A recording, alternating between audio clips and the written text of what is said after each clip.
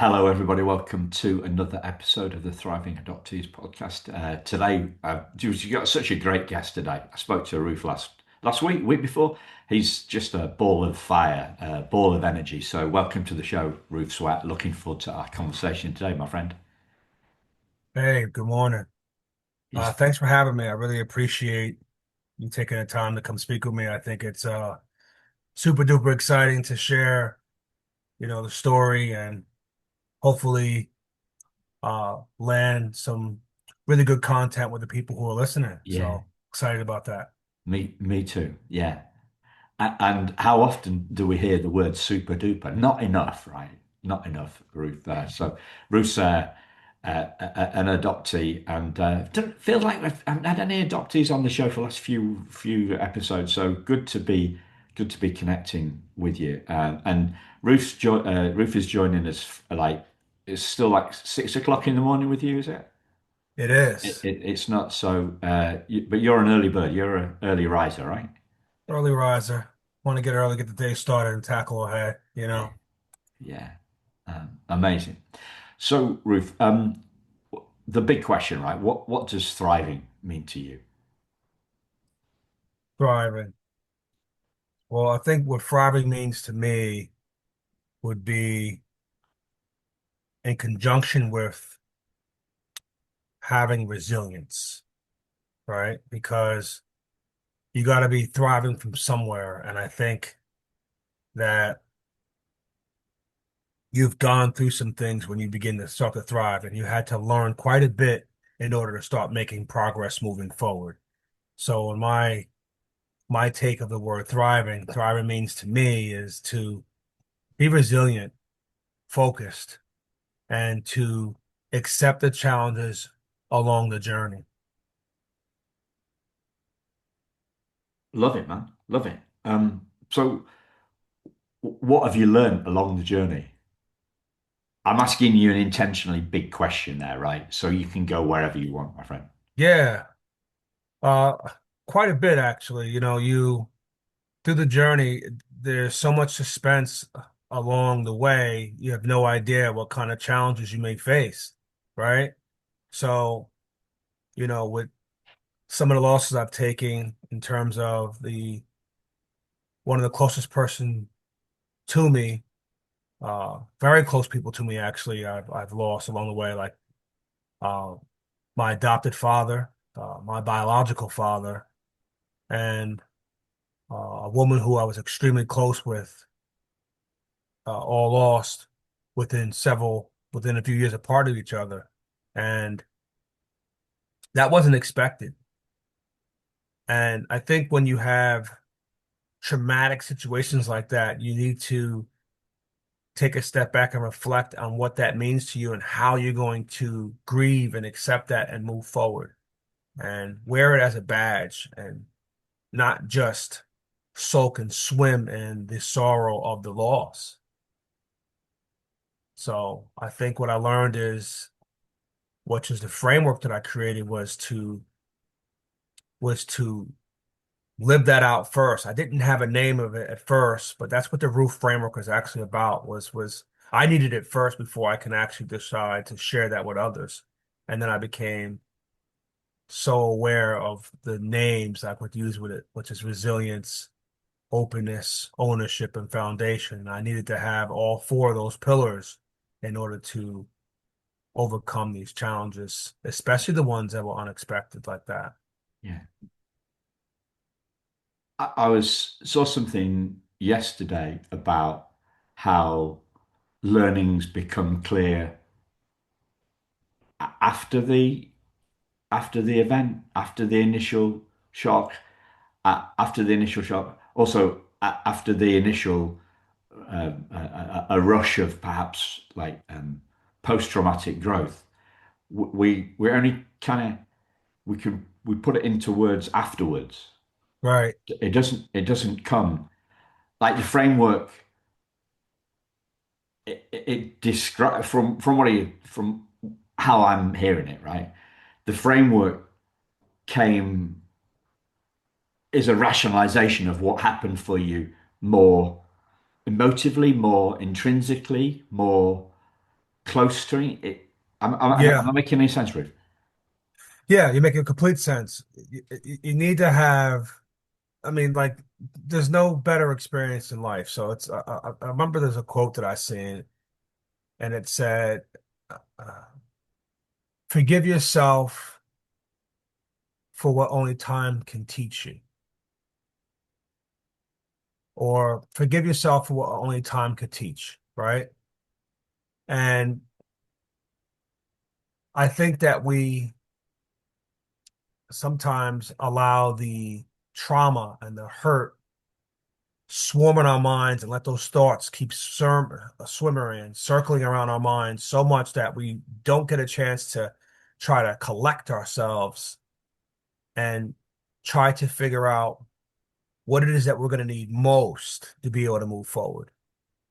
And in one of my books, I say that the best thing to do is when you're unsure and things aren't going according to plan, run to the mirror.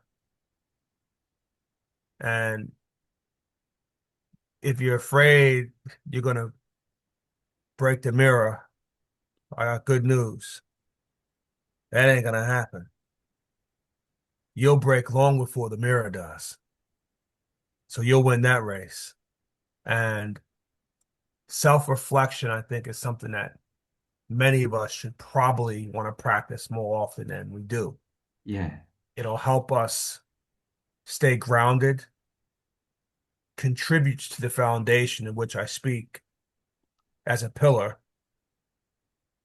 allows you to be open, forces you to own the feelings and what you're going through. Uh, and now you've done practice the exercise of resilience to go ahead. yeah, That goes back to what we were talking about in terms of thriving. And you could thrive practicing those methods. yeah. So the framework is a description, but the experience came before the description. 100%. Yeah. A hundred So percent. which do you remember? Do you remember the moment when was there a pillar that came first, or was there a pivotal point? Yeah, I think the first pillar I would say would be resilience. And I say resilience because I can remember being a young child and being stubborn when I was learning how to ride a bike. And I refused to allow my parents to get me the training wheels that were supposed to go with the bike to help me get better at it. Yet instead, I decided to challenge myself. Like, I have no idea why I did this way, but I just remember having in my head, I'm going to get this. Uh, so I would get on the bike all the time and I would fall off like several times because I turned the wheel too much. I wasn't gathering all the motions on riding a bike properly. Uh, in any case, I think that's where I found the first pillar at a very young age, prior as early as 9, without being able to name it. But definitely remembered being on a bike, refusing the training wheels, and continued to get back on that bike again until I got it down. And eventually I did. And I think that was being resilient. That was also owning the mistakes that I was making, Yeah. figuring out what I needed to do in order to succeed in getting on that bike and riding it without fail. Do you remember how many goes it took you? Probably, well, it took several months to be honest with you out there. Probably over 100, I would imagine. Yeah. What sounds silly, but you know, uh, like uh, Einstein said, I found a couple of ways. I found a bunch of ways that didn't work. So Are you glad you did it that way? I am. I think I still have the same approach to a lot of the things today, just not in the same, not with the same level of ignorance. A little more intentional, more purpose Yeah. driven, and very focused and aligned with the pillars, and also led primarily with empathy. Um, So if resilience is it is the first of the it's the first pillar of the roof yeah, framework, right? Yeah. And and it happened and you learnt it first or you saw it first as well, right? Is that what you're saying? yeah, Yeah. Um, so I have a fascination around this area of resilience. Uh,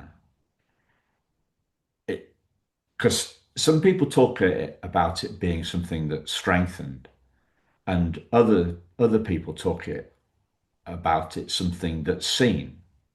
It it it's experienced. We we see it. Resilience is something that we see. I'm wondering how you take that. I think is it seen? Is it strengthened? Is it both? Is it something else?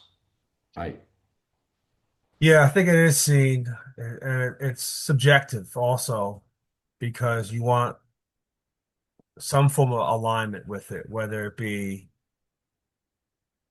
a sport you happen to really like, the movie that really displayed those kind of characteristics, or someone who you really admire, who you watch, whether that be a parent or uh, uncle, anyone really, that displayed something that you found fascinating enough that when they have been through challenges, they've gotten over them. yeah. Whether they named him or not is a whole nother thing. It's just being able to witness the person overcoming a challenge. And again, like for me, I think I had to live it first. And then when I was able to figure out how to name it, it became something so special and so near and dear to me that I was like, I've seen people experience challenges too. What can I do to help and alleviate some of those challenges? How would I go about that? And as an adopted child, I think that's also a very, very significant area where resilience was also forced upon me. I remember growing up and having to ask that question every single day. Is my mom coming to get me? Is my dad coming to get me? Why am I here?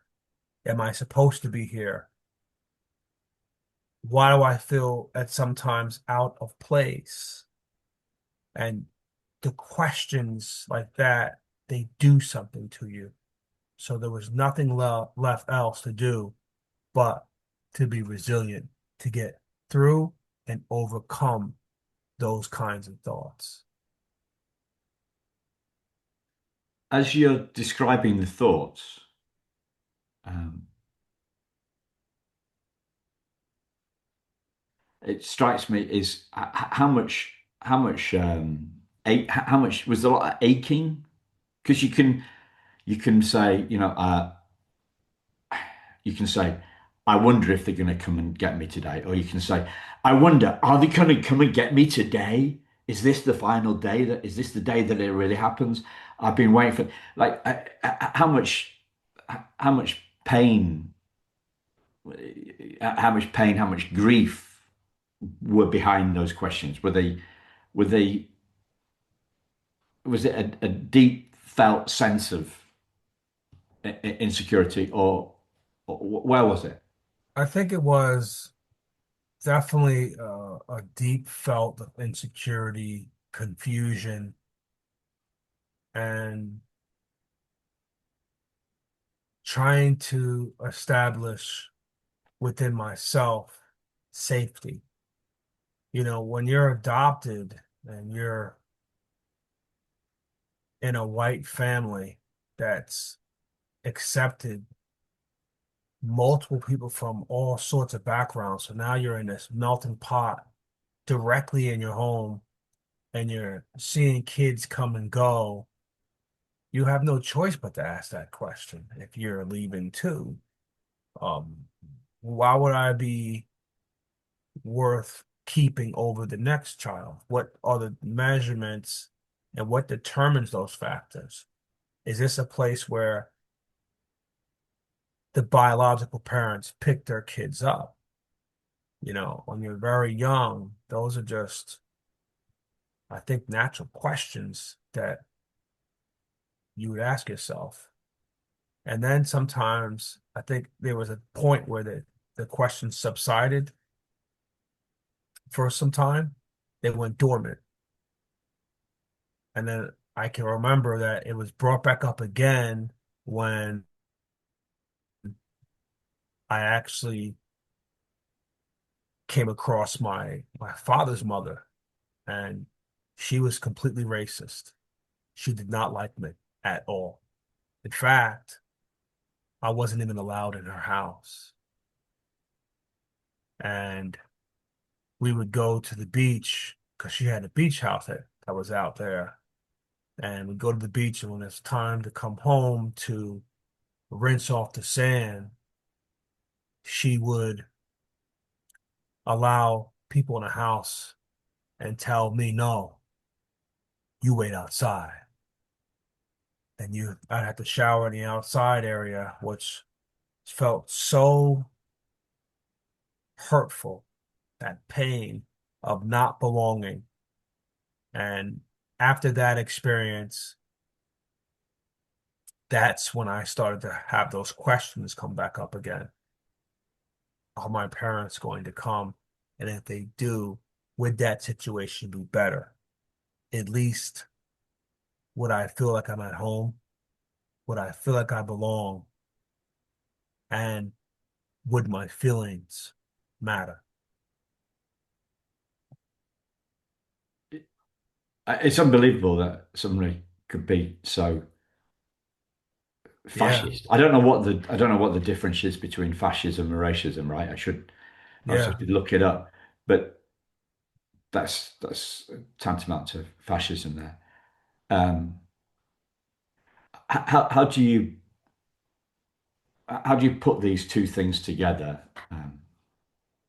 Resilience and this racism, this fascism, this insecurity of belonging. How do those two things relate to one another? Well, the way they relate the most, that's what I learned with this framework, I think is the most important thing was to begin to build your own internal home of safety. And I think when I thought about the way to label how I was feeling, I believe it was called mental homelessness, which is a state of mind where loneliness drives a person to seek comfort outside of themselves, never settling, never arriving, just all alone, nowhere to attach, and no place to call home. So you would be in a state of mind trying to seek everything outside of yourself for comfort. And instead of building within the comfort and safety and feeling true to yourself so you feel you belong, and then being able to establish the proper thoughts, the resilience, the ownership of yourself, being open to the ignorance of what's outside of you, outside of your control, by having such a strong enough foundation to be aware that that is what is something that you could potentially face when navigating into this world. So there's a moment when you turn around, Yes, when the situation is so bad on the outside, you realize you had to turn within. you have to turn within. You start building it. You start building internally. You're aware Yeah, uh, of such challenges. Uh, I think also which was an extreme benefit was having such a diverse background and being exposed to the different kinds of people I grew up with. I think that was extremely helpful to see the differences in how people act, react, treat others, different colors, different backgrounds, different ethnicities. Even into the town that I grew up in, that was even also diverse. So I think to some extent, I may have been spoiled when it came to that, just being able to identify those kinds of differences and being open to it. I saw this post yesterday on LinkedIn, and it was something about instead of instead of developing resilient individuals, we should be developing resilient systems. Mm. And, and my first reaction to that was, what? I should put my own resilience on hold until the system is resilient. I think I might be waiting a long time. Yeah, My next thought was, does it have to be an either or? right, Um, and then my thought went back to it. This whole kind of looking without, um, it is so disempowering. right. It's just like, what, like, oh, and I think of my own particular experience of this in a little nugget of an experience was 12 about 12 years ago, I think.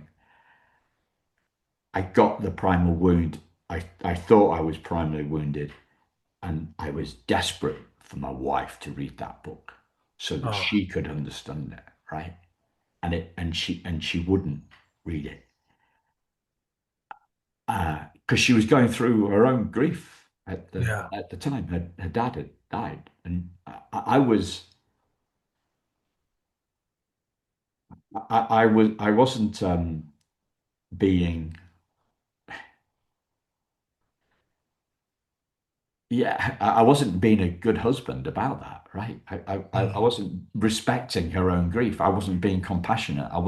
I just wanted, and I was taking this thing that this situation very personally, that she wouldn't read the book. And I- and I looking back and I just thought, how could I have done that, right? So that looking without, that's a really precise moment of looking without and then realizing I'm barking up the wrong tree. I, yeah, I'm barking up the wrong tree. yeah, I'm never going to find the answer there. I have to, right. I have to go within. And I'm thinking about a guy called Sydney Banks, who was also an adoptee. And he says, he was a very wise guy, right? Not a wise guy, mafia wise guy, just a wise gentleman, shall we say. And he said, I always tell people to look within, but they never do. Mm, yeah. I think it's so interesting to think of it that way, and that's why I wanted to coin that term. And I got that term when I was writing my own memoir. the book Home Away from Home, which I thought, excuse me, I thought was an incredible name to title my book. And that's pretty much what it means. Home away from home is to look within. And then the subtitle was Learning to Belong Without Permission. And I wanted that title because I wanted the reader, even if you don't read the book and they read the title and that resonated with somebody, to begin that journey of looking within, like learning to belong without permission, like owning that and giving yourself the responsibility to look within yourself and not in others. And I think it means so much more now with all of the external things that are going on that are overly stimulating, meaning, well, in particular, social media. Everybody's consuming so much content, all different kinds that are on your phones, which is you're looking out. And then what you get back from that isn't always all that good. Sometimes you are scrolling so long or so deep into the rabbit hole of scrolling and into the media that by the time you finish, you've lost a part of yourself and not that time too. But you might feel a little bit bad or feel some imbalance because of the intoxicating content that is entered into your mind and forces you to think of things that don't really matter but have an effect on you. So you're saying home is within, not Home is without. within. Home is within. And if you have a strong enough foundation, you will build the walls and the structure strong enough to deal with the storms that will inevitably come. And that is what the roof framework is.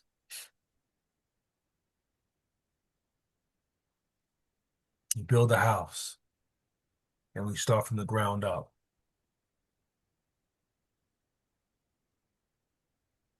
you know. So why are so many of us looking without? It's the easiest thing to do.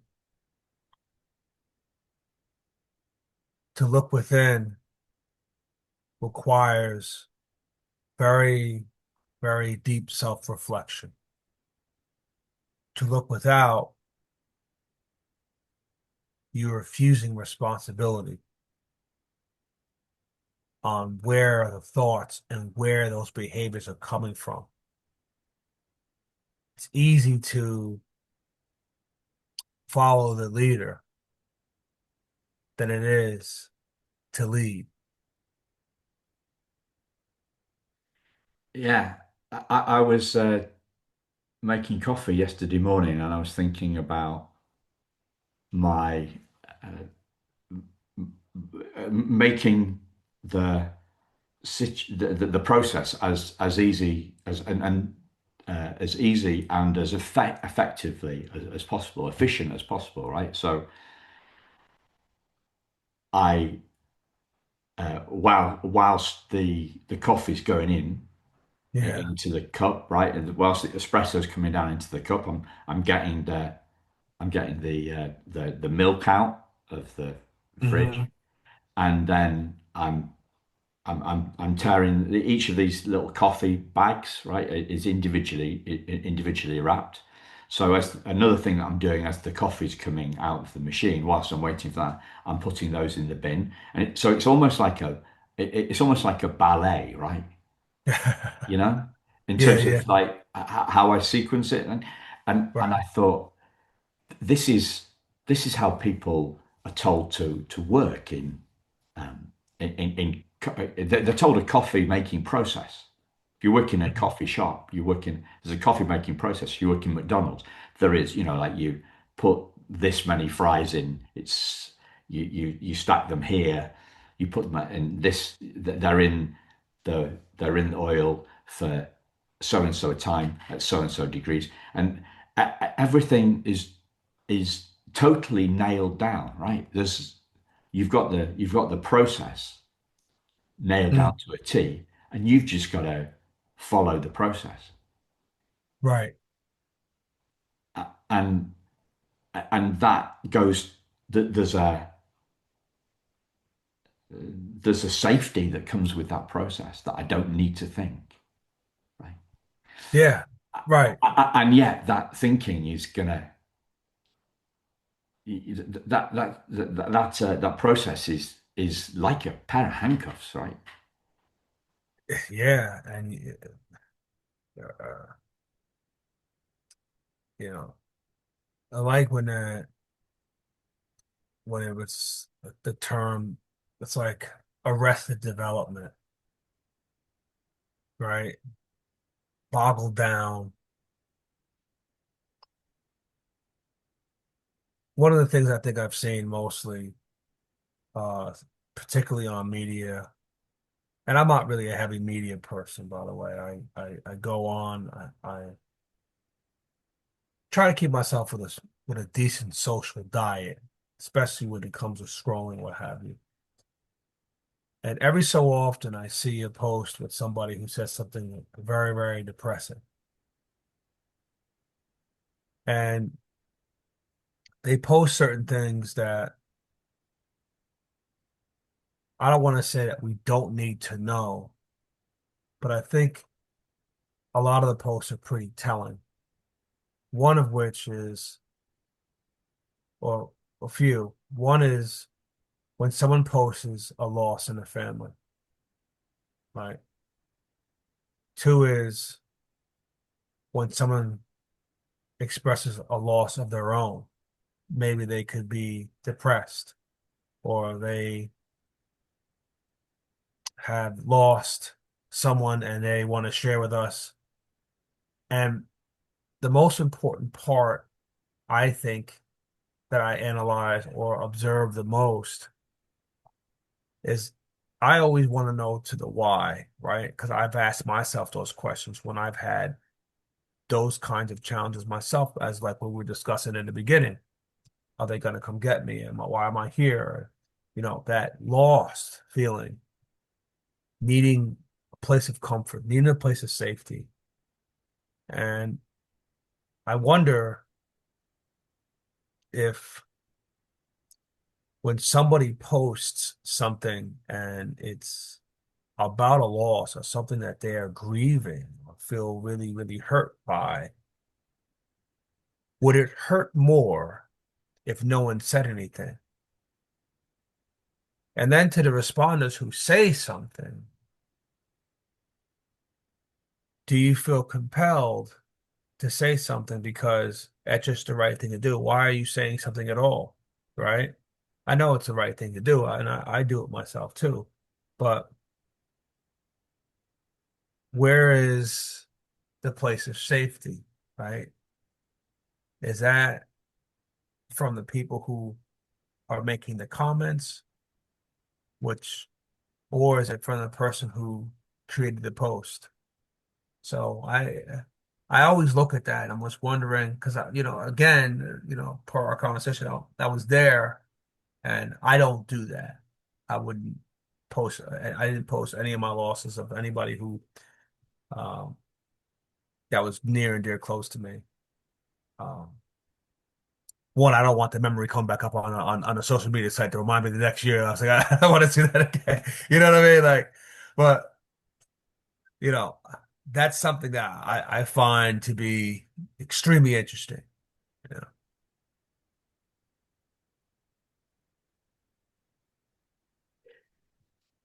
and One of my one of my teachers, mentors, um, talks about the need for uh, using the world in service of our happiness, right? So looking for happiness, looking for validation from others, right? Or using our happiness in service of the world.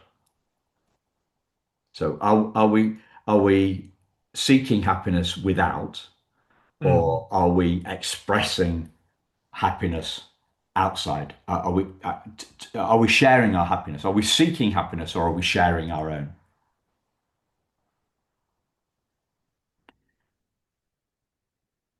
Yeah, that's a really good one because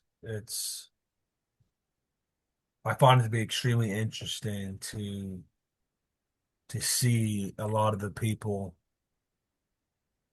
who post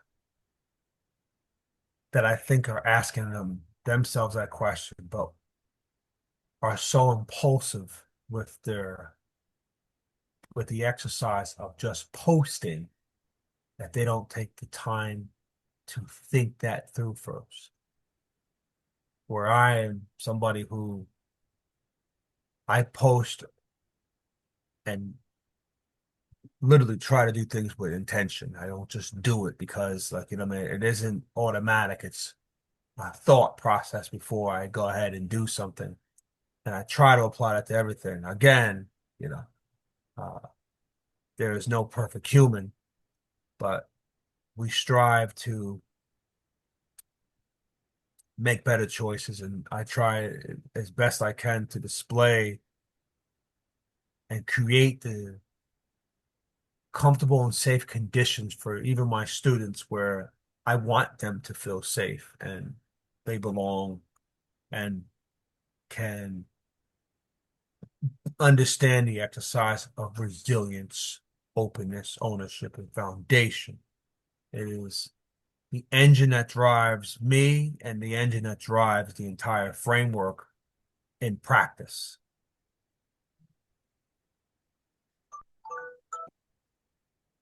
If we're waiting for the outside world to change, if we're looking for happiness outside, if we're looking for home outside ourselves, then we're going to come up short, right? And we're in that victim. We're putting ourselves in that victim space. Oh, yeah. And worse, once you're in that space and you're in a victim mindset, you have become vulnerable enough to be manipulated. You hear a different kind of a sound, even in an area of dead silence. When you're that vulnerable, even in dead silence, they won't hear the pin drop. What they hear and see is the offers in front of them, not the opportunities ahead of them.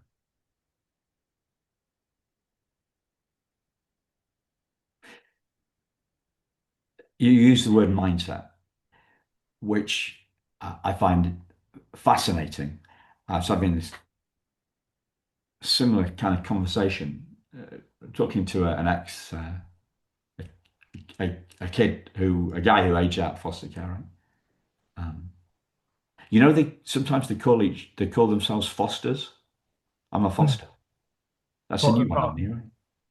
Um, because this guy was talking about mindset, and I said we don't hear the mindset word. Right. Let me phrase it as a question, right, Ruth? Because I don't hear the word mindset a lot in adoption spaces. Do you? no, I agree with you on that one. And no, So that's it's a very interesting one for me. What because what all we hear is trauma all the way, right? It's trauma all the way, Trauma all the way. trauma all the way. Um, and mindset. So why don't we hear mindset? Because mindset's about growth and empowerment, and trauma's about healing. What like why don't we? What's your take? Why do you? I think I think it's the the conditioning in which that we're in accustomed to.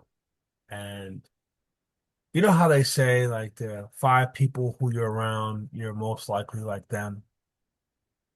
Well, there's truth to that, obviously. I agree with that 100%. But when that phrase came out, there wasn't the additional threat of media and the not in the tidal wave that it comes at us now. There was always media, but not in this kind of not in the way we're doing it now. Now there's no escape from it. All you do is push a button and you're in there. But that shapes you and that puts you in a very, very vulnerable spot. And what that does to the mind is that takes away the possibility of being more resilient and snatches out the foundation from you and puts you in a state of having mental homelessness. You've lost your home. The storm came. There was a tornado. There was the hurricane. And that is what wiped away the house. And that person who has lost that is looking for shelter and maybe not know how to name that. So they got to go to the closest thing to them. Hopefully, the person or a place that they're going to that's closest to them is a healthy environment. Otherwise, it just takes longer. And depending on how bad the storm was, you know? So I think is a very, very important part that lives in the openness pillar. So And openness means, but openness means choice, and choice. mindset means choice, and victims don't have a choice. Is that why maybe why we don't hear it? Because it's about agency, and as victims, we don't have agency. The victim finds comfort in being a victim even more when it's supported by those around them. Yeah. What's the phrase? Misery loves company. Yeah, misery loves company. But if you can take if people can see a weakness in a human being, and you can and they take advantage of them, they see he or she is vulnerable, and constantly people are taking advantage. Uh, So victimhood must be one of the biggest barriers to our thriving. victimhood is a huge issue with thriving because if you see yourself as a victim, it's going to be really hard to achieve the next goal or achieve any goal. All right.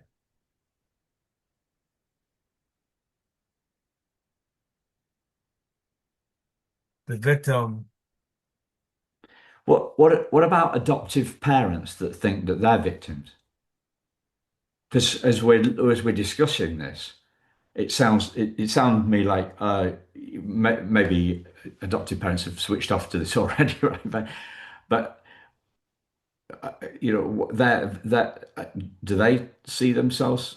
Sometimes do they see themselves as victims? The agency should have warned me that this was going to happen. They didn't prepare me right. Um, the church didn't prepare me right, or like just going outside. Um, my kid's got this trauma. I don't have the skills to I don't have the skills to overcome this. There's no trauma informed adoption competent therapist in my space. How dare they do this? I think I would like to reword it. I don't know if I would say they would feel victim. Um, Maybe overwhelmed.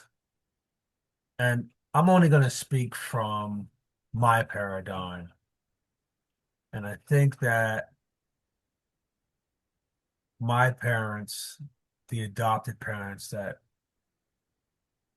took me in, were extremely brave. They were adopting and fostering children at a time where it was frowned upon. Again, my father's mother was racist. She was against anything that was outside of the race, particularly a black young man like myself. She didn't like that. And yet he did it anyway. Okay. So I think in that particular case, I would use the word overwhelmed or maybe even underappreciated.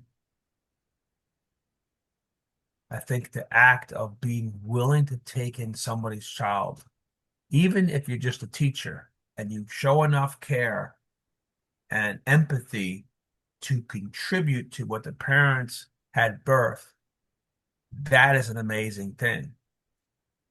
But you completely skip all those steps when you take in another child you did not biologically have and carry that mission out all the way through.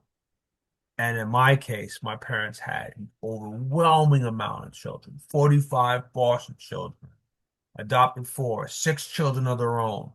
It was a zoo. They overwhelmed themselves and wanted to contribute, wanted to help, wanted to try and offer a home for those that couldn't get it, particularly those that were parents that were victim mindset people. They were there to help mitigate some of those issues, say. Yeah.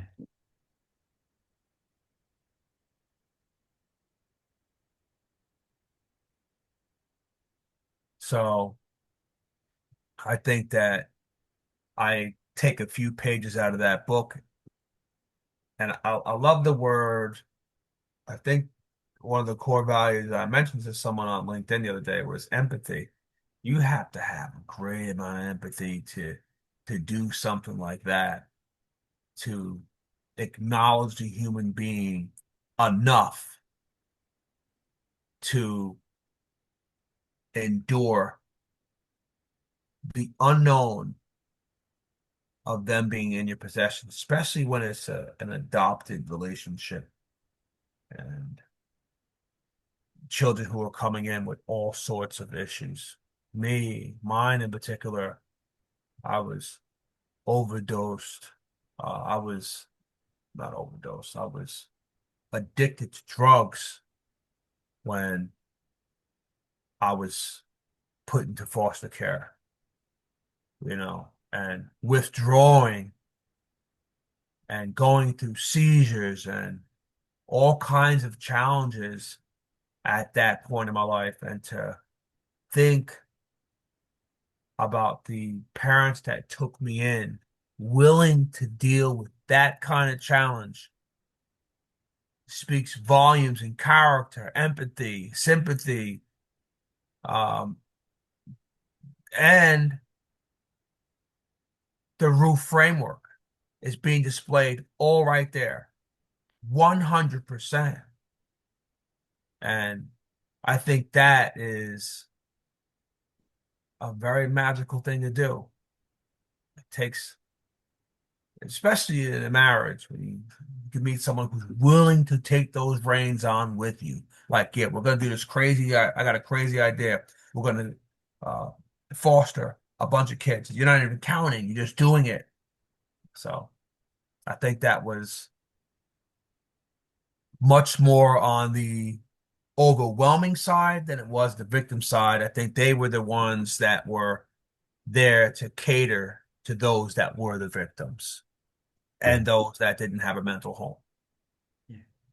internal home.